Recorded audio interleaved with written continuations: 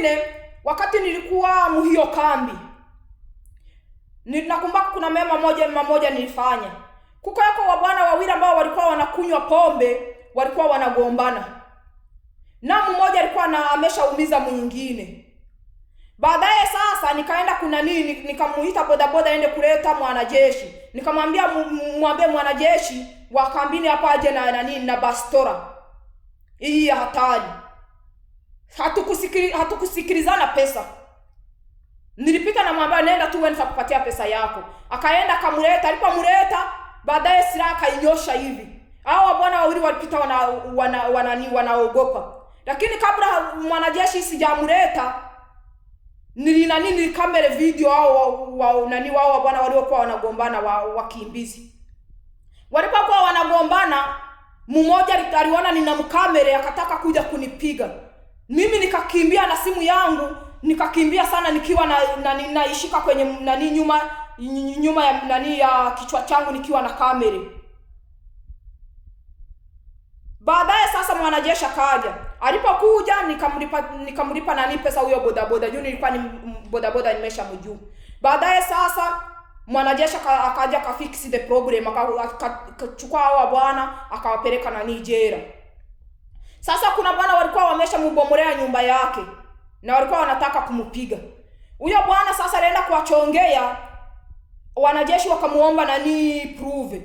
Baadaye sasa huyo bwana mkongomani mkimbiza kanitafuta. Aliponitafuta akaniambia, mama, naomba unipatie ile video uliyoishika unitumie ili niende kuonesha wanajeshi jinsi hao bwana wawili walivyonibomolea nyumba yangu na jinsi walitaka kunifanyia. Nikaimpatia. Nilipoimtamia nikamwambia don't worry, no problem. Baadaye kaenda kaiwapatia. Alipoiwapatia sasa prove kaiwaonesha. Huyo bwana alipita na kuja, ananishukuru, ananiambia, kweli mama ulinisaidia sana, wewe ni mwenye roho nzuri, kwa kweli asante sana, kwa kweli isingelikuwa wewe, kwa kweli sijui mimi ningelikuwa wapi, sijui kama wanajeshi wangekubali kesi yangu, kwa kweli hiyo video yako ilinisaidia tena sana, kwa kweli Mungu azidi endelea kukuzidisha baraka. Nikamwambia, usinishukuru mimi, mshukuru Mungu ndiye aliyefanya hivyo, ndio sio mimi. Basi kawa hivyo.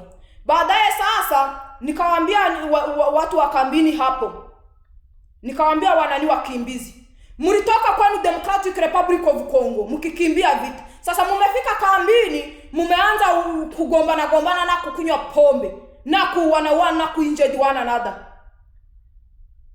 Hivyo hatubitaki kambini. Mkiendelea kugombana na mkiendelea kukoseshana amani, hii kambi nitaenda nimwambia mkuu wa UNHCR, hii kama tapita na ifunga na anapita na warudisha kwenu. Na watapita wanawafunga jela. Ama kama sio hivyo watawafunga jela, the settlement hatutaiwapatia.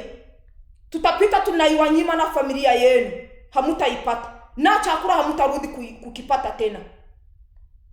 Ninachotaka muishi pamoja na wakimbizi wengine ni amani. Jauaji vya kugombana sivitaki. Kwa hiyo akisubutu mkimbizi yote kurudi kugombana, ataniona. Sisi na UNHCR tutawakomesha.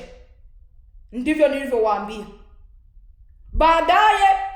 Baadaye sasa nikasema kwamba watu ambao waliwauzia pombe hao wa bwana ili wanywe, nao itabidi UNHCR kawatafuti kawafunge kwa sababu walifanya makosa. Endapo vurugu ilipita inakwisha. Kwa hiyo ukitenda mema utafanyeje? Utalipa yale mema. Mimi ni mtu ambaye anapenda amani. Je, nilifanya mubaya kulipia bodaboda ili aende kuleta huyo mwanajeshi ili astop hiyo vurugu ya hao watu? Nisingelimleta huyo mwanajeshi. Nakwambia hao wakimbizi wa bwana wawili wangeinje duana na mmoja alikuwa na kisu, alitaka mchome mwingine kisu. Kwa hiyo mmoja angelikuwa ameshakufa. Na mwingine alimpiga kofi, akamchoma kisu kidogo, akaanza vuja damu kidogo. Na huyo bwana mwenye aliniomba prove ya video, na yeye walitaka kumubomolea nyumba yake yote na kutaka kumtendea vibaya. Lakini nashukuru Mungu kwa kuwa mwanajeshi wa kambi hiyo alipita na anakuja. Na yeye mwanajeshi alipita na nishukuru akasema asante mama kwa kunilipia bodaboda. Nilikuwa bado sina pesa ya kulipia bodaboda kweli. Asante sana kweli ulifanya vizuri. Nikamwambia huyo mwanajeshi, sio mimi niliyetenda mema bali mshukuru Mwenyezi Mungu. Sio mimi. Mshukuru Mwenyezi Mungu, ndiye yeye ametenda mema. Usinishukuru mimi. Mimi nilichotaka ni amani. Na mimi huwaga sipendi watu wa kugombana ama vurugu ama vita mauaji. Mimi huwaga na vipinga. Kwa hiyo nilikuleta ili amani yapatikane, ndio. Basi njoo hivyo. Sawa, Mungu awabariki. Asanteni sana kwa kunisikiliza. Eve Helen, African Queen of Peace, mtetezi wa haki za binadamu na mama na watoto. Mubarikiwe.